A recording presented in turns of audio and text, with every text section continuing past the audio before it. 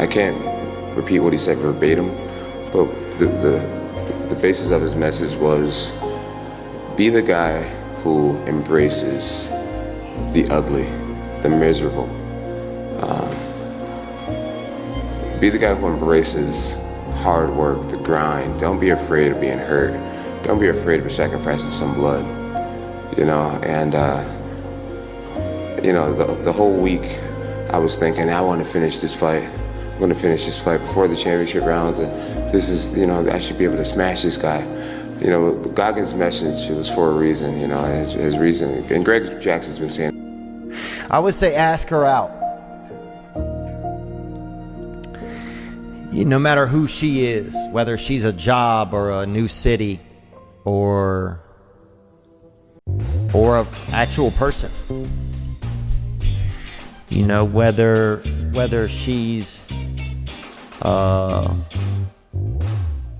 opportunity or a fear. You know, if you're afraid of heights, ask her out. You know, like whatever she is, man, ask her out. And man, I just, if I could go back to that moment and just not be afraid, just recognize that look, whatever could be out there, I could have it. Everybody thinks they're a loser. Every young person thinks they're a loser. At least a young person in the situation I was at. I didn't know I wasn't a loser until I started winning. Until I started doing martial arts. Martial arts taught me that like I could get better at stuff. That I wasn't really a loser. I just was someone who was like in a fucked up situation. But you could channel all that energy that you have as a young person into something and get better at it. And then all of a sudden people admired me.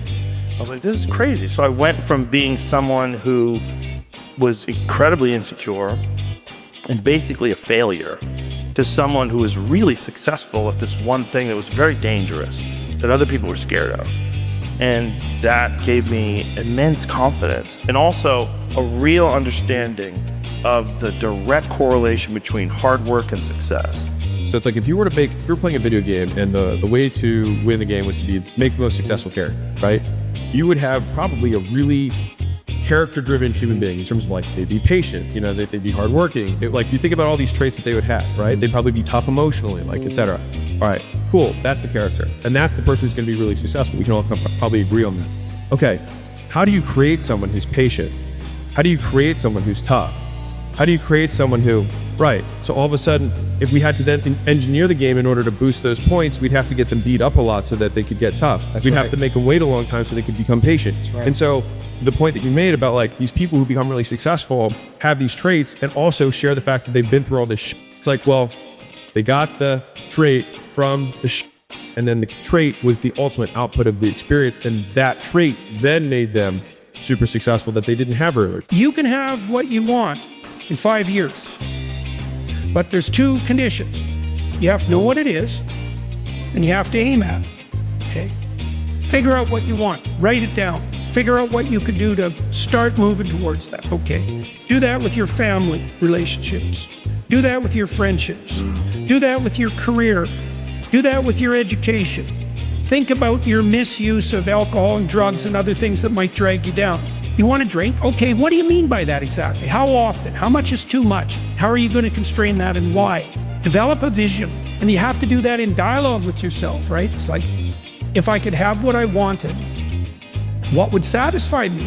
And you might think, well, I could never get that. And I could say, well, maybe not, but I'll tell you one thing, man. You can move towards it. And I know that everyone who knows the underlying neuroscience knows this.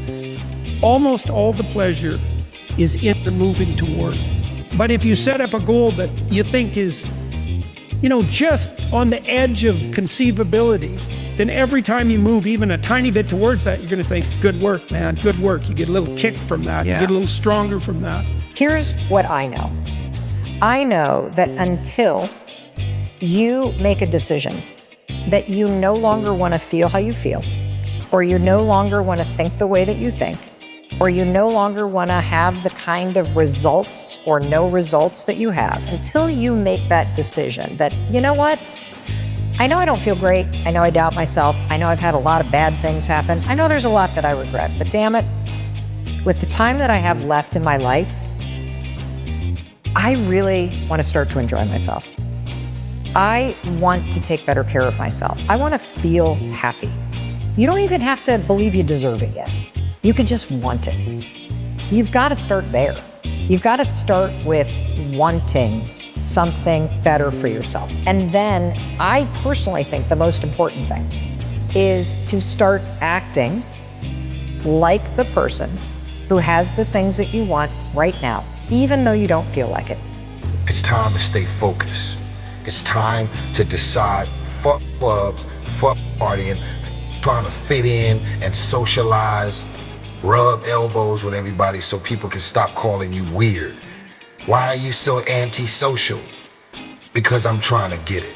Why are you staying on the basketball court so much? Because I'm trying to get it. Why are you out there practicing in the hot sun when ain't nobody else out there? Because I'm trying to get it. Why are you not clubbing? Like every time I text you and invite you to go do something fun and cool, you always studying. Because I'm trying to get it. Let me tell you something, homie. These women ain't going nowhere. These clubs, these parties, all this shit ain't going nowhere. The more weird you are is a reflection of how committed you are to focusing on your shit, molding and shaping and developing your ideas and your craft so that when it's time for you to make your rounds, you gonna fly. It's time to get back to work. Stop hearing yourself talk. Get off the podcast. Don't be on social media too much. Cut out all the noise. Get back to the